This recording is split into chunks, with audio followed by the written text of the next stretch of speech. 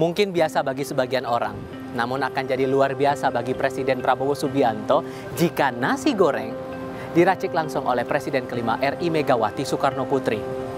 Sontak rasa rindu ini memunculkan wacana kembali bertemunya dua tokoh politik negeri ini segera.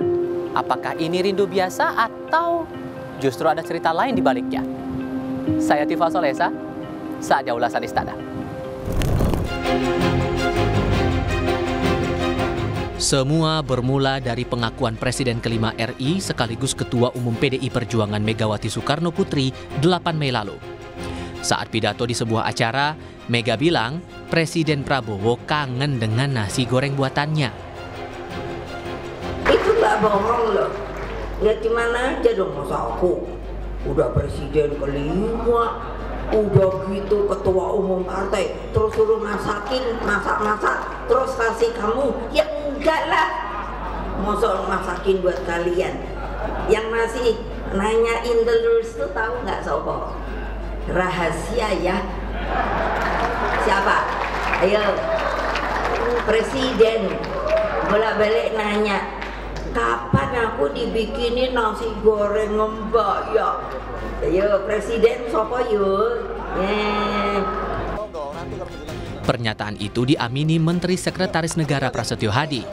Presiden disebut rindu nasi goreng racikan Mega. Saat ditanya kemungkinan kedua tokoh berjumpa lagi, Prasetyo mengaku jadwalnya sedang dirancang. Kemarin Bu Megawati sebut Pak Prabowo kangen nasi gorengnya Ibu Mega, Mas. Kapan Mas mau soal lagi? Betul. Kapan Mas? Kan kangennya sudah 2,5 tahun, tapi kemarin kan sudah, alhamdulillah sudah ketemu beliau berdua. Kapan lagi seperti ini? Buat Belum. makan nasi goreng lagi? Sedang diatur, tenang aja. Publik mengingat Prabowo dan Megawati sudah kerap bertemu dalam berbagai kesempatan. Juli 2019, Prabowo sowan ke kediaman Megawati di Teguh Umar, Jakarta Pusat secara terbuka. Tak lama kemudian, Prabowo didapuk menjadi Menteri Pertahanan. Pertemuan keduanya berlanjut hingga malam Idul Fitri April 2025 di tempat yang sama, namun berlangsung tertutup. Di mata analis politik Agung Baskoro, kode nasi goreng di balik wacana pertemuan Prabowo Mega akan berujung pada keputusan besar PDI Perjuangan. Ia menduga PDI Perjuangan punya kecenderungan bakal menjadi mitra strategis di pemerintahan Prabowo ketimbang sebagai mitra kritis. Kemarin di Undang-Undang TNI itu ya, dimulai oleh Pak Utut, Ketua Panja, diketok oleh Mbak Puan ya, Ketua DPR. Kurang strategis apa itu Mas Bremana ya, sangat strategis. Nah saya kira PDIP juga dalam tanda petik, ini udah kita kawal, ini gimana ke depannya. Makanya kode-kode nasi goreng itu disampaikan secara langsung Ibu Mega di hadapan kader maupun publik. Dan saya melihat memang di sisi Pak Prabowo juga ada kebutuhan, dalam artian walaupun koalisi Indonesia Maju Plus itu sudah dikonsolidasikan 81% dan PDIP sisanya, bukan berarti koalisi itu bersifat statis, Mas Bremana. Politisi PDI Perjuangan Andreas Hugo Parera menganggap pandangan itu terlalu jauh. Ia mengingatkan partainya pernah konsisten di luar pemerintahan pada era Presiden Susilo Bambang Yudhoyono. Misalnya, saya ambil contoh, ketika di zaman Pak SBY dulu, PDI Perjuangan satu-satunya partai yang berada di luar pemerintahan.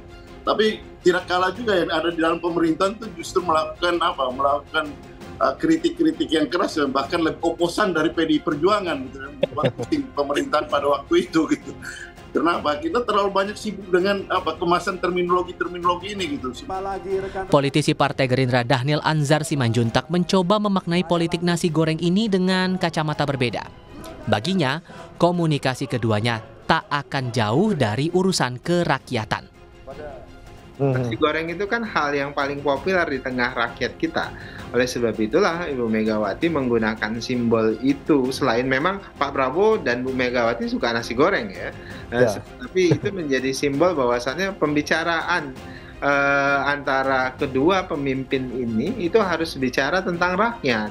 Bicara tentang kebutuhan-kebutuhan utama rakyat.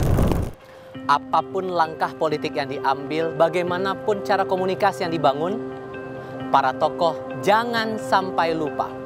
Setiap sikap dan kebijakan yang diambil sedikit banyaknya akan mempengaruhi hajat hidup banyak orang. Untuk ulasan istana, Tifa Solesa, Anggi Mendarwan, Kompas TV.